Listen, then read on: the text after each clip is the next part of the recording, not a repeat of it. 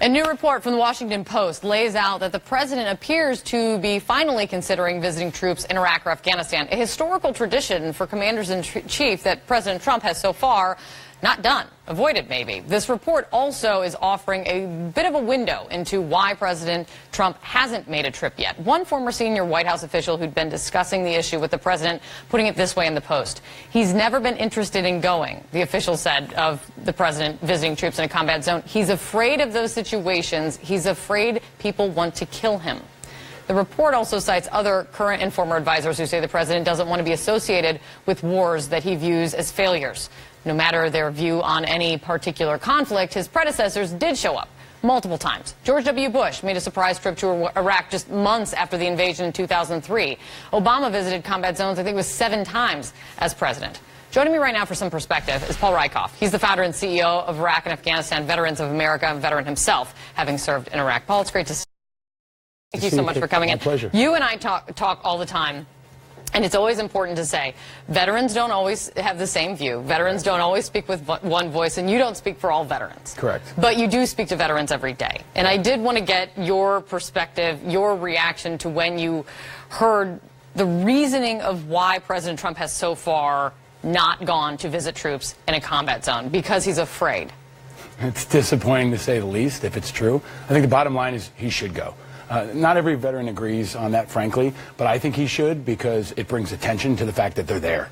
Afghanistan, for our community, has become Forgotistan. People are killed, people are wounded, hardly registered on the congressional elections. There's not a lot of news coverage. And those are our friends over there. Those are our buddies. Those are America's sons and daughters. And those are folks who are going to miss Thanksgiving this week. There are going to be empty seats at Thanksgiving tables because folks are over there. And if he can bring attention to their situation, even if he doesn't support the policy, which he should more aggressively work against if that's the case, but he has an obligation as the commander-in-chief to boost their morale, to show them they are remembered and appreciated, and to drive support for issues like mental health care when they come home, for reforming the VA, and real-world example, fixing the GI Bill screw-ups. You hold on that, because I'm going to get to that. Right this now, is something that should make everybody's blood boil. I want to get to that. When in this report, when it says that the president also doesn't want to be associated with wars that he thinks are failures or wars that he doesn't like, what do you think of that? Too bad. He owns them. I mean, he's the commander-in-chief right now, and you know, I wasn't crazy about Iraq when I was there. I was actually in Iraq when President Bush came. I was wondering if I was there for Thanksgiving. We didn't see him. I mean, he was in and out. Yeah. But it made you feel like the attention of the country was there.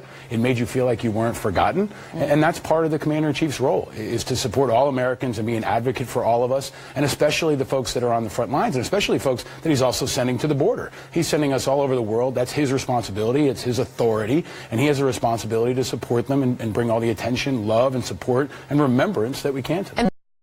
Is all even becoming kind of more of a focus on this because of what the president said over the weekend when he attacked over the weekend William McRaven, the architect of the Osama bin Laden raid and so much more, if we're all being honest. Right. When you saw that the president, I don't know, the best way to sum it up would be kind of dismiss him as a partisan or mock the fact that it took a long time to find OBL. I don't know. It's ridiculous. It's ridiculous. It's insulting to McRaven, who really is kind of a hallowed figure in the military.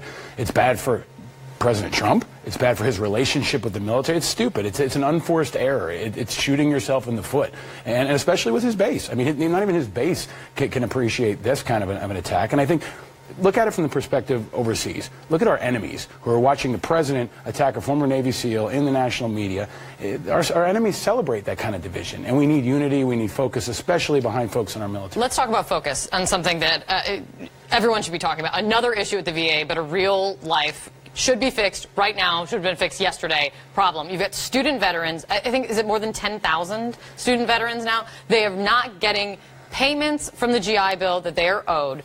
Money that they use for tuition Correct. and for housing. Right. The VA blames it on a technical glitch. Right. What is happening? Have you gotten any, I mean, this is clearly top of mind. The numbers are all over the place, but the bottom line is some number of veterans, it looks like thousands, have been waiting for payments from the VA for their housing allowance and for the costs associated with going to school. It's created tremendous stress. Some of them have been worried about having to drop out. They've been trying to figure out how to make their rent payments or their mortgage payments and just keep themselves in school. It's an absolute bureaucratic failure. The VA knew it was coming. We and other veterans groups testified before Congress, warned them back in September. Stars and Stripes and many other people covered this, and they knew it was coming, and they avoided it. And now it's affecting people in real time around the holidays and increasing their mental health stress and all the stuff they're dealing with. These are the folks who are doing the right thing. They're going to school, they're trying to succeed, and the government is failing them, absolutely failing them. And the president has been completely silent on this, too. He hasn't said anything. Sanders hasn't said anything on it. They need to immediately resolve the situation and provide help in the meantime. Let's continue talking about it. Thank you so much, Paul. I really appreciate you making it. Paul almost didn't make it because of traffic, but I appreciate you fought your